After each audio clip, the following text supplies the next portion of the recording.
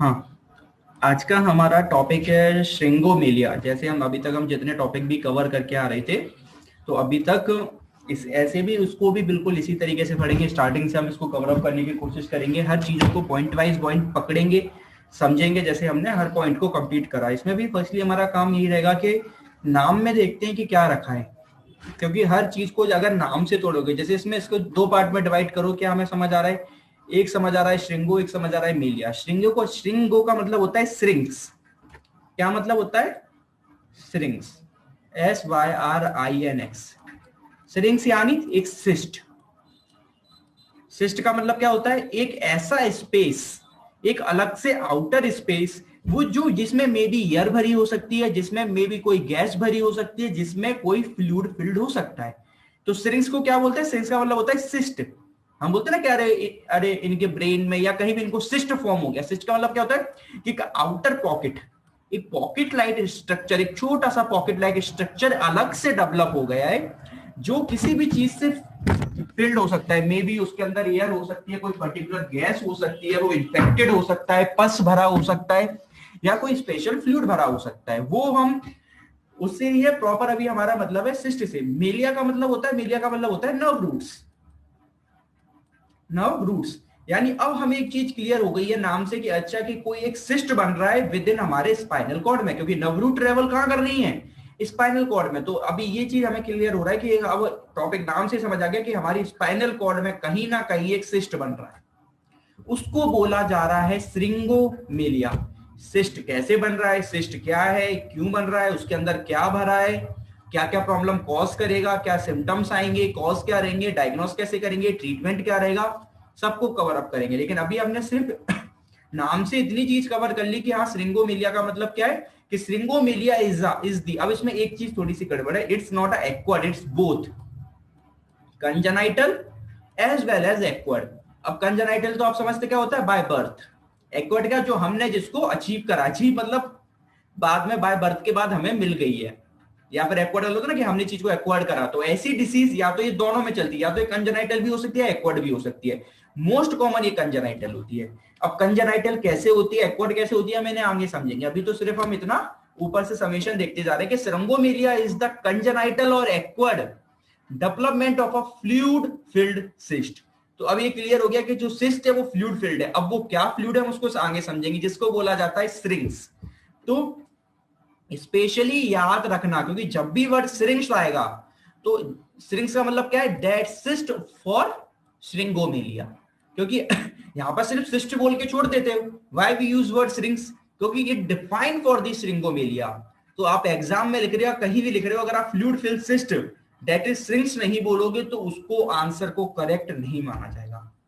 क्योंकि सिस्ट तो कहीं भी बन सकती है, कैसे भी बन सकती है, but you define for this syringomyelia आपको श्रिंग्स बोलना पड़ेगा। आपसे कोई क्वेश्चन भी पुटअप करता है, 2 मार्क्स में क्वेश्चन भी आता है, कोई वाइवा भी पूछ सकता है व्हाट इज श्रिंग्स, तो बोल सकते हो it is a fluid filled cyst which present in the, कहां पर? हमारी स्पाइनल कॉर्ड में, which present in the spinal cord, और इट मे बी कंजेनाइटल और एक्वायर्ड। तो ये क्या है? श्रिंगोमेलिया इज द कंजेनाइटल और एक्वायर्ड डेवलपमेंटल, क्या developed of a fluid filled system that's called syrinx within your spinal cord. ठीक है भैया, हमें इतना समझ आ रहा है कि इतना तो हमें क्लियर हो गया कि स्पाइनल कॉर्ड में हमारा वो बन रहा है। अब क्या बोल रहा है कि ओवर टाइम द सिस्ट में इनलार्ज। अब इसका मतलब क्या है कि जो सिस्ट बनी है, अब ये फ्लूइड फिल्ड सिस्ट है, अगर इसको आपने ठीक नहीं करा तो ये सिस्ट साइज में बड़ी होती जाएगी। और आप मुझे बिल्कुल क्लियर कट बता सकते हो कि सर ये देखो, ये स्पाइनल कॉर्ड जा रही है, इसके अंदर ये ट्रेवल कर रही है, बीच में बहुत सारी नर्व्स, ये हमारी नर्व्स जा रही है। अगर आप बीच में क्या हो जाए कि बीच में सडन कोई सिस्ट बन जाए, ये कोई सिस्ट बन गई, और अगर ये सिस्ट प्रोग्रेसिव है, प्रोग्रेसिव मतलब क्या कि कंटिन्यूस साइज में बढ़ रही है, तो ये क्या करेगी? तो आप बोलोगे कि सर जो अगल बगल नर्व्स जा रही है उनको दबाएगी, बिल्कुल प्रेशराइज करेगी। तो यानी क्या कि हमें नर्व की प्रॉब्लम्स क्रिएट होने वाली है, नर्व इंपीजमेंट होगी। तो जो पर्टिकुलर जो वाली नर्व इंपीजमेंट होंगी उसके हमें सिम्टम्स होंगे। तो अभी तो मोटा मोटी समझ रहे हैं, डीप में नहीं समझ रहे। अभी तो हमने क्या समझा कि अगर वो श्रिंक्स बन गई, अगर वो प्रोग्रेसिव हुई, और मोस्ट कॉमनली प्रोग्रेसिव होती है, और इसका भी हम डिफाइन करेंगे प्रोग्रेसिव कब होती है और कब नहीं होती, इन सबको हम बहुत अच्छे से भी समझेंगे। तो जो प्रोग्रेसिव अगर हो रही है, सॉरी। और या फिर प्रोग्रेसिव अगर ये नहीं भी है तो पर्टिकुलर एक साइज की तो है, यानी प्रोग्रेस वाली तो कंटिन्यूअस प्रेशर लगाती जाएगी, लेकिन जो नॉन प्रोग्रेसिव है वो भी एक प्रेशर तो एक्सर्ट करेगी। अब पर्टिकुलर जो वाली नर्व क्या होंगी, दबेंगी। जो नर्व डैमेज हो रही होंगी, जो नर्व अगर ये डैमेज हो रही है तो इनसे क्या होगा, बोले इनसे उसी के सिम्टम्स आएंगे जो पर्टिकुलर डैमेज हो रही है। तो आप पूछोगे सर ये फिर पर्टिकुलर किस जगह पर होती हैं, कहां होती हैं, ये आ कैसे रही हैं, क्या ये उसी जगह पर रहेंगी, ऊपर नीचे नहीं जाएंगी? तो हम उनको धीरे धीरे उन सब सारी चीजों को कवर अप करते चलेंगे, ठीक है। तो ओवर टाइम द सिस्ट में इलाज damaging the spinal cord and causing pain, weakness, stiffness. अब इसमें आप बहुत सारे पॉइंट्स लिख सकते हो, कोई बताने के लिए, pain, weakness, stiffness, numbness, sensory loss, motor function loss, है ना, कुछ भी। क्योंकि भैया जो नव दब रही है तो सिम्टम्स, नव के सिम्टम्स हमने क्या पढ़े हैं, जितने सेंसरी लॉस हो रहा है, नमनेस फील होगी, टिंगलिंग सेंसेशन आएंगे, पेन होना है, वीकनेस होनी है, मोटर फंक्शन नहीं आ रहे हैं, तो ये सब क्या कुछ भी देख दो। क्यों? क्योंकि भैया स्पाइनल कॉर्ड के अंदर नर्व है और वो दबेंगी तो वो डैमेज तो हो रही है, क्योंकि प्रेशर लगेगा। अब ठीक है, चलो हमें इतना समझ आ गया। अभी हमने ये नहीं समझा कि सिस्ट बनी कैसे, अभी तो हम क्या बेसिक बेसिक चल रहे हैं, बिल्कुल, है ना। तो अब एक दूसरी बात और बोलेंगे सर, जैसे मान के चलो ये सिस्ट की मोस्ट कॉमन लोकेशन क्या है, तो सिस्ट की जो मोस्ट कॉमन लोकेशन है वो क्या है कि जैसे ये आपका ब्रेन है, आपकी स्पाइनल कॉर्ड कहां से निकलते हैं, हिंड ब्रेन से, एकदम पीछे से निकलते हैं हिंड ब्रेन से, ऑसिपिट के साइड यहाँ पर फोरामिन मैग्नम होता है ना, फिर उससे वर्टिब्रा चलते हो नीचे, उससे फिर स्पाइनल कॉर्ड आपकी निकलती है। आपको पता है फोरामिन मैग्नम से स्पाइनल कॉर्ड निकलती है, पीछे की साइड सेरिबेलम होता है। पीछे की साइड कौन कौन से स्ट्रक्चर होते हैं, मैंने अगर आपको याद हो तो मैंने आपको बताया भी था कि पीछे फोर्थ वेंट्रिकल्स भी होता है, फोर्थ वेंट्रिकल बताया था। और हमने क्योंकि हमने पढ़ा था सुप्राटेंटोरियल मास का हर्निएशन होना, तो उसमें बताया था कि फोर्थ वेंट्रिकल भी खिसक जाता है नीचे और वो अपनी जगह से, अगर आपको याद है तो मैंने आपको बताया था, उसमें हमने पढ़ा था कि फोर्थ वेंट्रिकल अगर इन्वॉल्व हो रहा है, अपनी जगह से हिल रहा है या कहीं जा रहा है, तो उसका मतलब क्या है कि फोर्थ वेंट्रिकल इन्वॉल्व हो रहा है, यानी सुप्राटेंटोरियल मास हर्निएशन हो रहा है। अगर फोर्थ वेंट्रिकल इन्वॉल्व नहीं है तो हम ये क्लियर कर लेते हैं कि मास की वजह से नहीं है, कोई ना कोई अंदर की प्रॉब्लम है। इसमें पढ़ के आए थे, हाइड्रोसेफेलस में पढ़ के आए थे। तो पीछे की साइड क्या है, सेरिबेलम है हमारा, फोर्थ वेंट्रिकल्स हैं, ये सब के कौन से ब्रेन में आते हैं, ये सब हिंड ब्रेन के पार्ट होते हैं। कौन से ब्रेन के पार्ट होते हैं, हिंड ब्रेन के पार्ट होते हैं। हिंड ब्रेन में क्या क्या होता है हमारे, बोले हमने पीछे की साइड देखते हैं, बोले ये हमारा सेरिबेलम रखा हुआ, इसी से जस्ट जॉइन है हमारा फोर्थ वेंट्रिकल, और ये हमारी क्या है, ये हमारी सेंट्रल कैनाल है मेडुला के लिए। ये इधर रखा है मेडुला ऑब्लिगेंटा, फिर इधर से फोरामिन मैग्नम, और ये नीचे हमारी पास हो गई क्या, नीचे हमारी ये फोर्थ वेंट्रिकल रखा है, सेरिबेलम रखा है, इसी में ज्यादा आपको समझ आए। फोर्थ वेंट्रिकल कौन कौन से पार्ट हो रहे हैं, अब आपको हिंड ब्रेन में कौन कौन से पार्ट मिलते हैं, बोले फोर्थ वेंट्रिकल मिलता है सर, बोले सेरिबेलम मिलता है, पोन्स मिलता है, मेडुला ऑब्लिगेंटा मिलता है, और सेंट्रल कैनाल मिलती है किसके लिए, मेडुला के लिए, और फिर इसके बाद होता है फोरामिन मैग्नम स्टार्ट, फिर उसी से स्पाइनल कॉर्ड नीचे निकल जाती है। यानी जो अगर आपकी स्पाइनल कॉर्ड आपसे कोई पूछे तो कहां निकल रही है, बोले हिंड ब्रेन से निकल रही है, ब्रेन के पीछे वाले हिंड ब्रेन से निकलती है, और इस सबको बोलते हैं ब्रेन स्टेम। क्या बोलते हैं, ब्रेन का स्टेम, ये बीच वाला पार्ट है। ब्रेन स्टेम क्यों बोल रहे हैं, क्योंकि ऊपर वाला पार्ट तो आप समझ लो लीव्स वगैरह हो गई, बीच में स्टेम हो गया, नीचे जो स्पाइनल कॉर्ड निकल गया आप उसको रूट बोलते हैं। तो इट्स कॉल्ड ब्रेन स्टेम। तो ब्रेन स्टेम में क्या क्या आता है, बोले cerebellum, pons, medulla oblongata, fourth ventricle, it's all a part of brain stem, और ये सब एक स्ट्रक्चर्स में होते हैं। तो अगर ऐसा होता है कि कभी भी कोई भी एक स्ट्रक्चर होता है, मतलब एक तरीके से खिसकता है अपनी जगह से, तो मोस्ट कॉमन होता है कि सारे स्ट्रक्चर्स उसके साथ जो एसोसिएट हैं वो सभी उसके साथ ट्रेवल करने लग जाते हैं।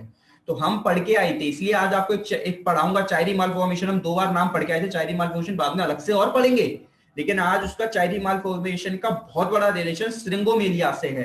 90% चायरी मालफॉर्मेशन ही श्रिंगोमेलिया कॉज करता है। तो हम पहले चायरी मालफॉर्मेशन को देखेंगे कि उसमें क्या होता है। तो अभी तो मैं सिर्फ आपको बता रहा हूँ कि कौन कौन से स्ट्रक्चर पीछे होते हैं जो नीचे आ सकते हैं, क्योंकि नीचे आते ही हमें पता है नीचे आ सकते हैं कौन कौन से। तो अभी हमने एक बार देखा। तो हमने क्या बोला कि जो ये आपकी स्पाइनल कॉर्ड है, और ये आपका क्या है, एक तरीके से डायग्राम में दिख रहा है। बोले क्या, बोले डायग्राम में बिल्कुल क्लियर समझने की कोशिश करते हैं एक बार, है ना। बोले करते हैं क्या कि ये देखो, ये तो आपकी वर्टिब्रा है और ये पीछे आपकी निकल रही है स्पाइनल कॉर्ड, ये दिख रहा है। बोले ये क्या है, ये हमारे ड्यूरामेटर्स हैं।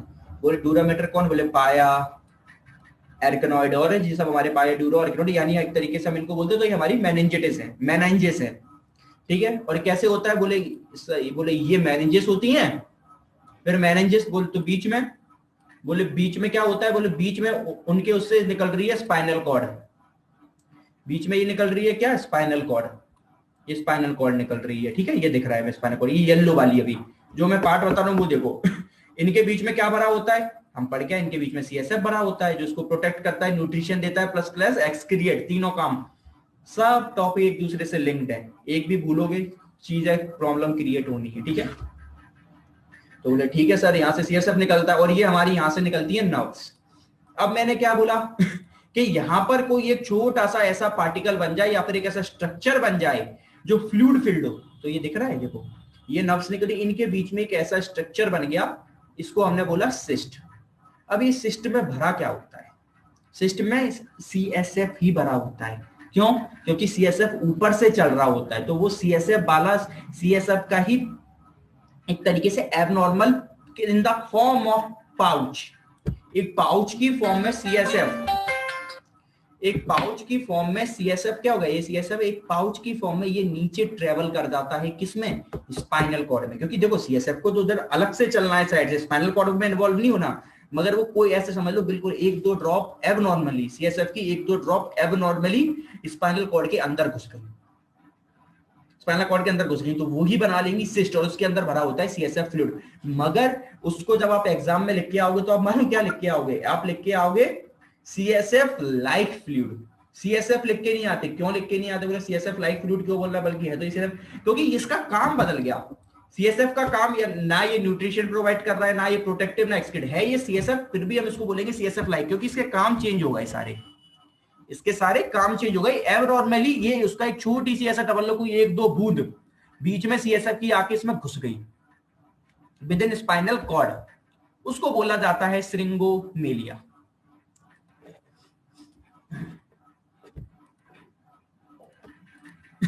तो अभी तक हमने क्या क्या देखा कि अगर हमने सीधा सा एक चीज और इसमें देखना है, और क्या देखना है, बोले ये श्रिंगोमेलिया यहां पर है, ये अभी तो पर्टिकुलर इस जगह पे देखो कितना, एक्सरे में देखो कितना प्यारा दिख रहा है, ऐसा दिखेगा आपको एमआरआई, एक्सरे बोल रहा हूँ, एमआरआई आपको इस तरीके से दिखेगा, देखो ये कितना क्लियर कट, आप खुद देखो, खुद बताओगे, बोले देखो ये आपका, बोले ये स्पाइनल कॉर्ड निकल रही है, बोले ये सीएसएफ है, ये सीएसएफ है और ये इसके बीच में क्या बन गया, सिस्ट।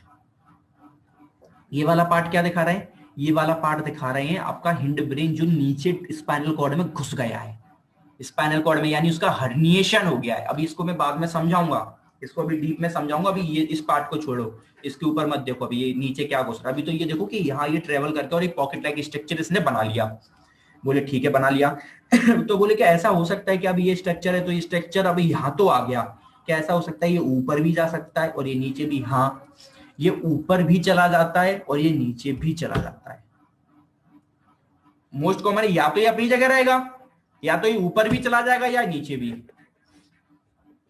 अगर ऊपर चला गया तो हम इसको क्या बोलेंगे, और नीचे चला गया तो क्या बोलेंगे, बोले ऊपर चला गया तो हम इसको नाम देते हैं syringobulbia, brain it's like a bulb, तो याद रखना श्रिंगोबुल्बिया ब्रेन में जाएगा ऊपर, क्योंकि ये होता ही कहां है, ये होता है सर्वाइकल के रीजन पे, कहां होता है, बोले ये ब्रेन स्टेम, ये ब्रेन स्टेम है, ये आपकी स्पाइनल कॉर्ड निकली यहीं पर, अब यानी कुछ ना कुछ ब्रेन में एबनॉर्मल हुई, ब्रेन में कुछ ना कुछ गड़बड़ हुई, जिसकी वजह से ये सिस्ट स्पाइनल कॉर्ड के सर्वाइकल रीजन में बनती है, आपका अगर सर्वाइकल रीजन है तो यहीं ये बनती है, कौन से रीजन में बनी, सर्वाइकल रीजन में, या तो अभी ये यहां तो बन गई, अगर ये अभी कंटिन्यूस प्रोग्रेसिव होगी तो ये अपने साइड में बढ़ती भी जाएगी, प्लस एज वेल या तो ये ऊपर ट्रेवल कर सकती है या ये नीचे कर सकती है, मगर ऐसा होता है कि मोस्ट कॉमन नीचे ही करते हैं, आप समझते हो, by the help of gravity, तो जनरली डाउनवर्ड कर जाती है, मगर ऊपर करेगी तो क्या बोलेंगे, बोले ऊपर उसको बोलते हैं श्रिंगोबुल्बिया, ब्रेन स्टेम, मैंने बोला ना उस पार्ट को, हेड ब्रेन को क्या बोलते हैं, ब्रेन स्टेम। तो lower cervical segments are usually affected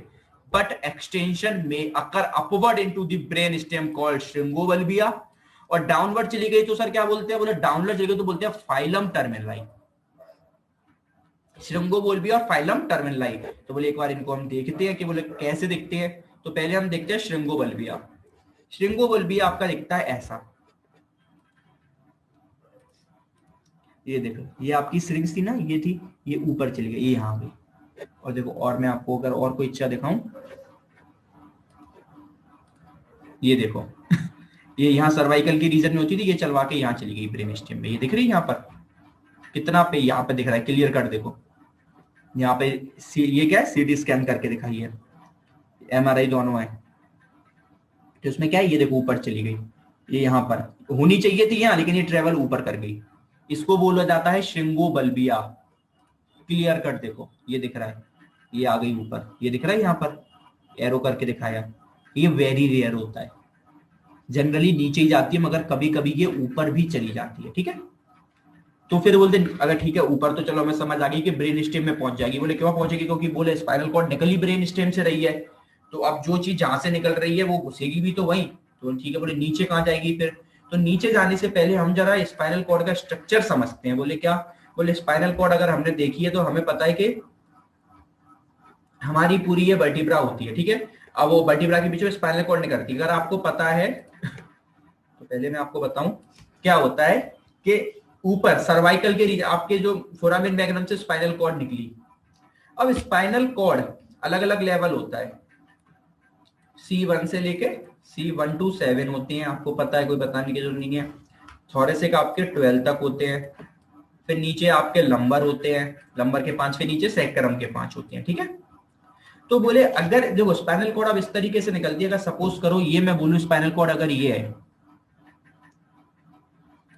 spinal cord ये रेड वाली स्पाइनल कॉर्ड है, इसके अंदर से ये नर्व निकल रही है। स्पाइनल कॉर्ड आप कब बोलते हो, स्पाइनल कॉर्ड का मतलब होता है 3 चीजों का कॉम्बिनेशन। बोले क्या क्या, बोले नर्व, नर्व के बाद उसकी outer covering that is meninges, और उनके बीच में CSF। ये तीनों स्ट्रक्चर कहां तक होता है, ये तीनों स्ट्रक्चर होता है T12 तक। ये याद रखनी है चीजें, ये बहुत कॉमन है। जब आप MRI एक्सरे देखोगे अगर ये पता नहीं है तो कैसे काम चलेगा। ये होती है T12 तक, यानी आपसे कोई पूछे तो बोले स्पाइनल कॉर्ड कंप्लीटली, अभी कंप्लीटली नहीं बोल रहा हूं, अभी बोले स्पाइनल कॉर्ड रन कहां तक करती है, तो बोले अगर along with meninges it's run through T12, after T12 ये हमारे L5 या S1, L5 S1। और अभी भी ध्यान रखना, देखो कभी भी बॉडी में हमेशा एबनॉर्मली होती है, तो कभी भी T12 मत बोलना, कभी T12 L1 बोलना है। T12 L1 मोस्ट लोगों में, कभी कभी कुछ लोगों में L1 तक चली जाती है, वरना T12 रहती है। और बोले ठीक है यहां तक तो चलेगी, फिर बोले T12 के बाद क्या होता है, बोले T12 के बाद मैनिंजेस खत्म हो जाती है, सिर्फ और सिर्फ नर्व जाती है, नर्व जाती है L5 तक। तो बोले यहाँ पे तो फिर कोई प्रोटेक्टिव मैकेनिज्म ही नहीं है, CSF नहीं है, नर्व कोई बाहर मैनेजेस नहीं है, तो बिल्कुल सही बात है, यहाँ कोई प्रोटेक्टिव मैकेनिज्म नहीं होती। इसलिए तो आप देखते होगे जब भी L4, आपने क्यों सुना L4 L5 पे सबसे ज्यादा कंप्रेशन के केसेस या नर्व बहुत कॉमन दब जाती है, क्योंकि प्रोटेक्टिव मैकेनिज्म नहीं है। यहाँ पर नर्व विदाउट मैनिंजेस और CSF के जा रही होती है, सिर्फ नर्व के वायर जा रहे होते हैं। नर्व कैसे होती है, wire in the form of wire है। आपने कोई इलेक्ट्रिकल वायर देखा है तो उसके अंदर छोटे छोटे क्या कॉपर के तार होते हैं, उसको वो किससे कवर होते हैं, रबर से। तो वो इसी तरीके से वो रबर तो कहां तक जा रही है, T12 तक। अब T12 के बाद रबर खत्म हो जाएगी, सिर्फ और सिर्फ कॉपर के वायर जाएंगे इस तरीके से। बोले कहां तक जाएंगे, बोले लास्ट जाते हैं, बोले कहां तक, बोले L5S1 तक, L5S1 तक। तो T12L1 कौन सी रेट हो गई, बोले T12L1 हो गई जहां तक मैनिंजेस फुल स्पाइनल कॉर्ड जाएगी। उसके बाद L5S1 तक बोले आपके बोले सिर्फ और सिर्फ नर्व जाती है। तो ये तो हमारा नॉर्मल वन था, जैसे अभी आपको मैं दिखाऊंगी एक बार स्ट्रक्चर, इसको देख लेते हैं, हम समझ लेते हैं। बोले देखो आपको यहां तक देखना है अभी, जैसे मैं आपको और कोई दिखाऊं,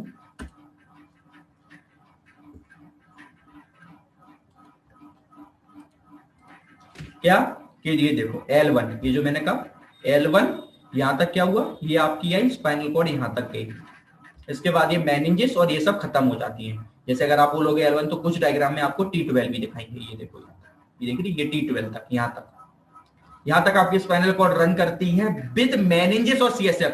तो बोले सर उसके बाद सिर्फ और सिर्फ ट्रेवल करते हैं क्या, बोले हमारे सिर्फ और सिर्फ ट्रेवल करते हैं अकेले के अकेले नर्व्स। बोले फिर नर्व कहां तक ट्रेवल करती हैं, बोले नर्व ट्रेवल करती हैं L5 तक। ये देखो वो सॉरी L5 वो हाँ नर्व ट्रेवल करती हैं आपके L5 से लेके S1 तक, यहाँ तक। ये देखो L1 तक क्या दिख रहा है, यहाँ तक पूरी स्पाइनल कॉर्ड चल के आ रही है। देखो L1 तक, T12L1 तक आपकी स्पाइनल कॉर्ड पूरी चल के आ रही है। कुछ लोगों में T12 तक खत्म हो जाती है, बाकी L1 तक रन कर रही है। ठीक है, तो ये क्या है, यहाँ तक चली, फिर उसके बाद सिर्फ और सिर्फ नर्व चल रही है, नर्व चल रही है। ठीक है, नर्व कहां तक चलती है, बोलते L5S1 तक। बोले ये तो नॉर्मल है, फिर इसके बाद कभी कभी एक एबनॉर्मल स्ट्रक्चर आ जाता है जिसका नाम होता है फाइलम टर्मिनलाई। क्या नाम होता है? फाइलम टर्मिनलाई। बोले ये क्यों आ जाता है? बोले ये आ जाता है मोस्ट कॉमन श्रिंगोमेलिया की वजह से। बोले क्यों? क्योंकि बोले श्रिंगोमेलिया अगर नीचे डाउन में चली गई तो वो नीचे जाके मालूम क्या करती है? वो नीचे जाके आपकी जो ये मेनिंजेस की एक लेयर होती है ड्यूरा, उस ड्यूरा की मेनिंजेस की एक लेयर को नीचे तक एक्सटेंड करा देती है। यहां तक तो नर्व खत्म होगी, तो क्या इसमें नर्व होती है? नहीं। बोले ये नीचे S5 तक, एल एल S1 से स्टार्ट होती है और S5 तक चली जाती है। तो अकेला पतला सा, एकदम पतला सा वायर होता है। अगर मैं इसको देखो रियल में दिखाऊं, ऐसा होता है। ये पतला सा फाइलम टर्मिनल, ये पतला सा वायर, ये देखो बीच वाला, ये पतला सा वायर है। बोले तो ये सर पतला सा, देखो यहाँ दिख रही है, सिर्फ यहाँ तक नर्व नर्व दिख रही है, यहाँ पर नहीं, स्पाइनल कॉर्ड यहीं खत्म होगी, इसका नर्व। तो बोले पतला सा वायर आता है फाइलम टर्मिनलाई। ये क्यों हो जाता है सर? बोले इसलिए हो जाता है क्योंकि जो श्रिंगोमेलिया थी वो पॉकेट लाइक स्ट्रक्चर था, उसके अंदर भरा था CSF। अब ग्रेविटी के वजह से नीचे खिसकते खिसकते खिसकते आ गया कहां तक? बोले L1। अब इसके बाद बोले वहां तक आ गया L1 तक। अब उसके बाद तो जगह है नहीं, ग्रेविटी तो उसे पूरा ही नीचे खींचेगी, कॉकिक्स तक, कॉकिलियल रीजन तक खींचनी है। तो वो मालूम क्या करती है? इतना ग्रेविटी के प्रेशर लगने की वजह से जो ड्यूरामेटर की लेयर होती है मेनिंजेस जो T12 से, उसको एक्सटेंड करके नीचे तक ले आती है और उसके अंदर भर जाता है CSF। तो वो एक नीचे से पतला वायर आ जाता है, उसके अंदर कोई नर्व वर्व नहीं होती, सिर्फ पतला सा वायर आ जाता है नीचे तक। ये देखो ये कितना प्यारा डायग्राम दिख रहा है। यहां तक क्या दिख रहा है आपको? स्पाइनल कॉर्ड T12 L1 तक, L5 S1 तक। बोले स्पाइनल, फिर उसके बाद देखिए S1 से चल रही है क्या नीचे S5 तक, फाइलम टर्मिनल, पतला सा है। इसके आपसे कोई पूछे इसके अंदर सर बोले नर्व है? बोले बिल्कुल नहीं है। तो बोले क्या है? बोले ये ड्यूरामेटर की एक लेयर है। अगर ड्यूरामेटर नहीं है तो बोले मेनिंजेस की एक लेयर है जो नीचे चली आई। क्यों चली आई? क्योंकि ऊपर से सिरिंज भरा था, अब वो फ्लूइड नीचे ट्रेवल कर रहा था। वो फ्लूइड ट्रेवल करेगा तो वो उसने ड्यूरामेटर की लेयर, अब वो ऐसा तो नहीं कि फाड़ के निकल जाएगी, क्योंकि फ्लूइड T12 तक तो चला आएगा। उसके बाद बोले उसके बाद वो प्रेशर लगाता है ग्रेविटी की वजह से, ड्यूरामेटर की लेयर खिंच जाती है नीचे तक और वो अकेले ऐसे लटक रही होती है अकेले, क्योंकि बीच में ये सब तो अलग अलग हो रही है, वो अलग ही लटक जाती है और इसके अंदर हल्का सा फ्लूइड भरा होता है। इसको बोलते हैं फाइलम टर्मिनलाई। अब कंफ्यूजन नहीं होनी चाहिए, इस पर मैंने बहुत जोर दिया आपको दो चीजों पर। किस पर दिया? एक मैंने दिया आपको श्रृंगोबल्बिया पर और एक मैंने आपको जोर दिया किस पर? फाइलम टर्मिनलाई पर। ये बहुत कॉमन है, पूछते हैं फाइलम टर्मिनलाई। अब मैं आपको बिल्कुल ही बार बार एक्सरे MRI इसलिए दिखाता हूं कि मैं चाहूं तो पढ़ा के आगे निकाल दूं, मुझे क्या मैं बोल दूं फाइलम टर्मिनलाई होती है, लेकिन मैं इसलिए MRI बार बार दिखा रहा हूं कि अगर आप कभी भी कोई MRI उठाओ तो सीधे ध्यान बिल्कुल कहीं सोचने, अच्छा बोले अच्छा ये देखो ये हमने देखी है। तो पढ़ते टाइम हर चीज को प्रैक्टिकल से लिंक करोगे ना, कभी नहीं भूलोगे। अब फाइलम टर्मिनलाई दिमाग से निकलेगा नहीं चाह कर भी, क्योंकि इतने उसके अपन ने इमेजेस देख ली, वरना तो फिर अपन क्या एज्यूम करते हैं, अच्छा फाइलम टर्मिनलाई ऐसी दिख सकती है, अब देख ली, अच्छा पता है कि अब ऐसी दिखती है और यहां तक ही होती है। तो अब अब हम थोड़ा अपना पढ़ेंगे, इसमें छोड़ो। अब कुछ चीजें मेरे को आपको बतानी है कि देखो इसका जो मोस्ट कॉमन रीजन है वो क्या है? इसका मोस्ट कॉमन रीजन था कैविटाइशन। कैविटाइशन का मतलब होता है खाली स्पेस, कैविटी, वही जिसके अंदर फ्लूइड भरा। Cavitation applied due to develop in associated with obstruction. अब ये दो टाइप की होती है, श्रिंगोमिलिया होती है आपकी दो टाइप की। कौन कौन से? बोले एक श्रिंगोमिलिया होती है कंजेनाइटल और एक श्रिंगोमिलिया होती है एक्वायर्ड। और अब कंजेनाइटल होती है बच्चों में। तो कंजेनाइटल किसकी वजह से होती है? बोले श्रिंगोमिलिया दो पार्ट में डिवाइड करी मैंने, कंजेनाइटल और एक्वायर्ड। अब कंजेनाइटल वाली होती है मोस्ट कॉमन किसकी वजह से? चायरी मालफॉर्मेशन। चायरी मालफॉर्मेशन, अभी समझो चायरी मालफॉर्मेशन बताऊंगा क्या होता है, ठीक है? चायरी मालफॉर्मेशन। और एक्वायर्ड वाली क्या होती है? वो एक्वायर्ड वाली होती है कि कोई भी ट्रॉमा, एक्सीडेंट हो जाए, एक्सीडेंट की वजह से फ्लूइड स्पाइनल कॉर्ड में घुस गया, कोई रीजन नहीं है, अब वो फ्लूइड एकदम भयंकर एक्सीडेंट हुआ, स्पाइनल कॉर्ड इंजरी हो गई, तो एक्सीडेंट की वजह से, ट्रॉमा की वजह से हो जाए, मेनिंजाइटिस इन्फ्लामेशन हो जाए मेनिंजेस में तो फ्लूइड एबनॉर्मल ट्रेवल कर जाएगा, मेनिंजाइटिस हेमरेज हो जाए, ट्यूमर हो जाए, तो ये सब तो एक्वायर्ड रीजन है कि बड़े लोगों में। लेकिन अपन को पढ़ना है मोन कॉमन एक्वायर्ड, क्योंकि देखो बड़ों में बच्चों में वो तो ठीक है ट्रोमा की वजह से, लेकिन जो कंजेनाइटल है उसको अपन को थोड़ा डीप में समझना है, ठीक है? तो अपन पढ़ेंगे चायरी मालफॉर्मेशन। तो पहले समझते हैं कि चायरी मालफॉर्मेशन है क्या। चायरी मालफॉर्मेशन का मतलब होता है, पहले उसकी डेफिनेशन बताता हूं कि Chiari malformation when the brain, क्या बोल रहा हूं सुनते जाना, when the brain joins the spinal cord. मैं एक डायग्राम आपके सामने खोल रहा हूं,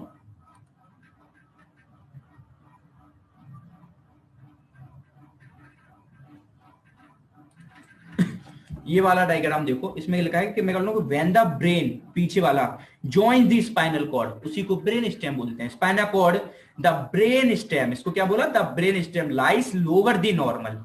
क्या हो गया, ये जो पीछे वाला पार्ट है वो अपने से कुछ ज्यादा ही नीचे हो जाता है। अब नीचे, कुछ लोग, मेरे को ऐसा लगता है, मैंने पढ़ा कुछ लोग क्या सोचते हैं नीचे का मतलब क्या है, ये तो क्रेनियम से पैक है ना। अब तो ऐसा तो है नहीं, नीचे का मतलब ये तो है नहीं कि क्रेनियम से बाहर लटकने लग जाएगा। तो बोले नीचे होने का मतलब है कि ये जो लोअर वाला पार्ट है ये फोरामिन मैग्नम के थ्रू स्पाइनल कॉर्ड में नीचे धंसने लग जाता है। नीचे ये पूरा पूरा ब्रेन स्टेम स्पाइनल कॉर्ड में घुसने लग जाता है। इसका मतलब होता है लोअर दी नॉर्मल। क्योंकि देखो क्रेनियम से तो बाहर निकल नहीं जाएगा कि पीछे आप हाथ लगाओ और आपको दिख जाएगा क्रेनियम से बाहर। इसका मतलब कि स्पाइनल कॉर्ड में घुस रहा है। यानी क्या, when the brain join the spinal cord, the brain stem lies lower the normal that is located at the back of the brain stem. ये ब्रेन स्टेम के तो back of the brain stem in the cerebellum. ये रहा cerebellum, the basis of lobes of the cerebellum और the cerebellar tonsils. Simple language में बोलूं तो cerebellum और उसके अगल बगल के स्ट्रक्चर्स क्या हो जाता है, protruded from the skull and into the spinal canal. अगर आपसे कोई पूछे what is Chiari malformation, the brain tissues, simple language, the brain tissues और the brain stem lies lower than normal, वो अपनी जगह से कुछ नीचे होगा। एंड क्या बोल देंगे, जो सेरिबेलम वाला पार्ट है उसके आसपास के जो स्ट्रक्चर्स हैं वो क्या are protruded from the school, वो स्कल से प्रोट्रूड होगा यानी नीचे होगा। किस में चले गए, स्पाइनल कैनाल में, यानी वो यहां घुस गए। तो बोले सर ये तो ठीक है, आपने बोल दिया यहां घुस गए, अब ये बताओ कि इससे सिरिंगोमेलिया क्यों हो रहा है। ये तो आपने ये बोल दिया इसमें घुस गए, तो ठीक है, एक बार इसका हम एक्सरे वो एमआरआई देख लेते हैं, बोले कैसा दिखता है।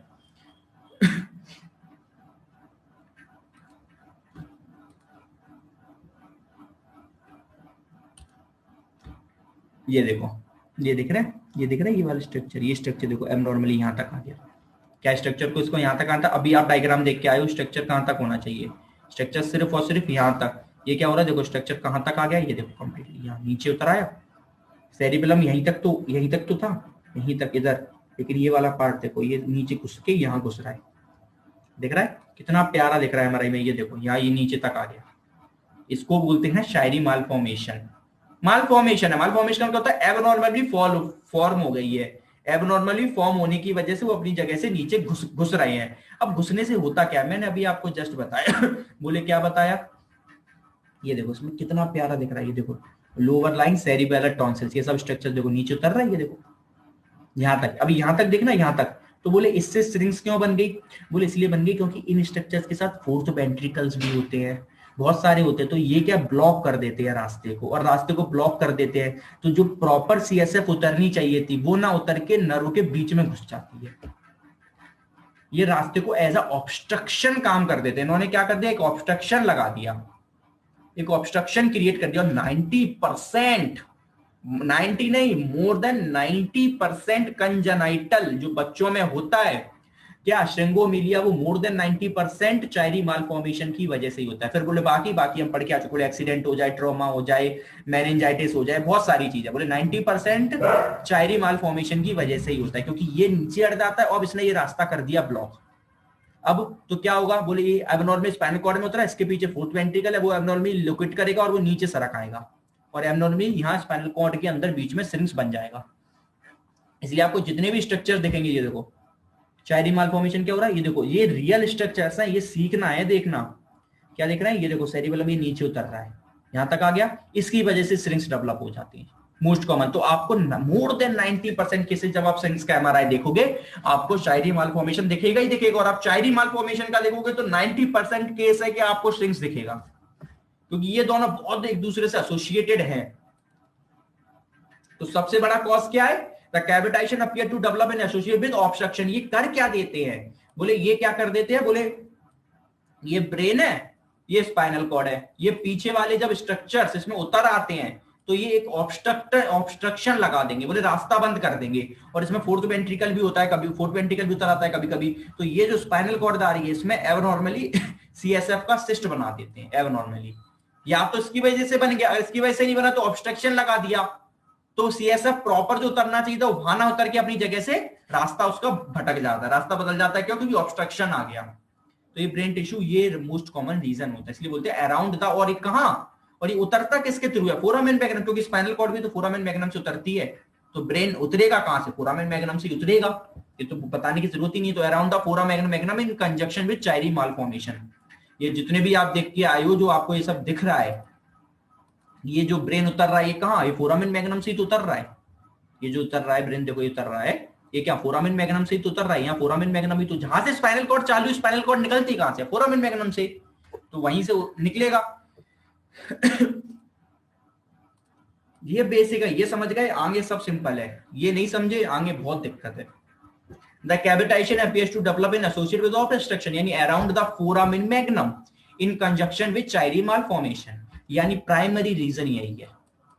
और सेकेंडरी टू ट्रॉमा हो सकता है, यानी ट्रॉमा वाले को हम एक्वार्ड बोल सकते हैं, और ये हमारा कंजेनाइटल होता है। ठीक है, इसलिए दो पार्ट में आपको इसमें नोट्स में नहीं है, तो आप लेकिन दो पार्ट में याद रखेंगे, कंजेनाइटल और एक्वार्ड। ठीक है, ये अब हमने इसको एक पार्ट में और डिवाइड करते हैं। बोले और किस में करते हैं? बोले एक में करते हैं, एक होता है कम्युनिकेटिंग और एक होता है नॉन कम्युनिकेटिंग। तो बोले कम्युनिकेटिंग वाला पार्ट क्या होता है? कम्युनिकेट होता है lesion on the foramen magnum, यानी जितने भी चायरी माल फॉर्मेशन ये सब है, ये सब क्या कम्युनिकेटिंग, तो कम्युनिकेट करके चीजें खराब कर रहे हैं। तो अगर मैं क्या बोलूं कि कम्युनिकेटिंग मतलब कंजेनाइटली और नॉन कम्युनिकेटिंग मतलब एक्वार्ड, एक ही चीज है। इसके अंदर कम्युनिकेटिंग मतलब कंजेनाइटल। अब कंजेनाइटल में भी मैंने बोला ना कि चायरी माल फॉर्मेशन 90% है, समझ रहे हो? कंजेनाइटल में भी जो चायरी माल फॉर्मेशन है 90% है, इसलिए इसको अलग रखा गया। अब 10% भी तो बच रहा है ना, 10% बच्चों में भी तो एक्सीडेंट हो सकता है ना, जरूरी थोड़ा ना है। तो बच्चों में भी तो एक्वार्ड हो सकता है। तो मैं उसको आपसे बोल दूं कि ऑल कम्युनिकेटिंग्स आर कंजेनाइटल या ऑल कंजेनाइटल आर कम्युनिकेटिंग, गलत हो गया ना, क्योंकि 10% एक्सीडेंट भी वाले बच रहे हैं। तो इसीलिए इसको थोड़ा अलग बनाया गया।